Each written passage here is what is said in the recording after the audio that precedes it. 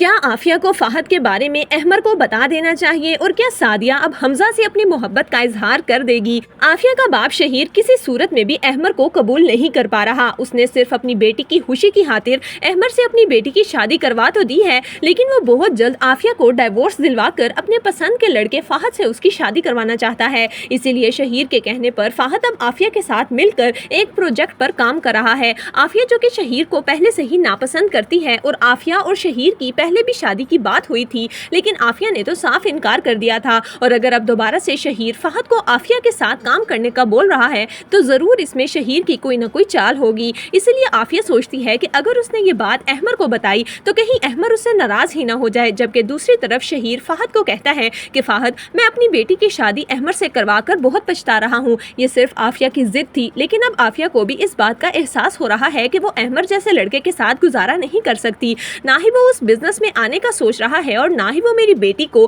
ایک اچھی زندگی دینے کا سوچ رہا ہے۔ اسی لیے بہتر یہ ہے کہ تم عافیہ کے دل میں اپنی جگہ بناؤ اور اسی طرح عافیہ تمہیں واپس سے اپنا لے گی۔ جس پر فہد کہتا ہے کہ انکل، یہ کیسے ہو سکتا ہے؟ عافیہ تو میری شکل بھی نہیں دیکھنا چاہتی۔ لیکن شہیر فہد کو کہتا ہے کہ فہد، تم عافیہ سے محبت کرتے ہو، میں جانتا ہوں، میں اپنی اتنی قیمتی بیٹی تمہارے حوالے کر رہا ہوں، تو یہ بزنس کیا چیز ہے؟ تم اس بزنس میں آؤ اور عافیہ کے دل میں جگہ بناؤ۔ جبکہ دوسری طرف حمزہ کا پیار دیکھ کر آخرکار سعدیہ کے دل میں بھی حمزہ کے لیے محبت پیدا ہو چکی ہے۔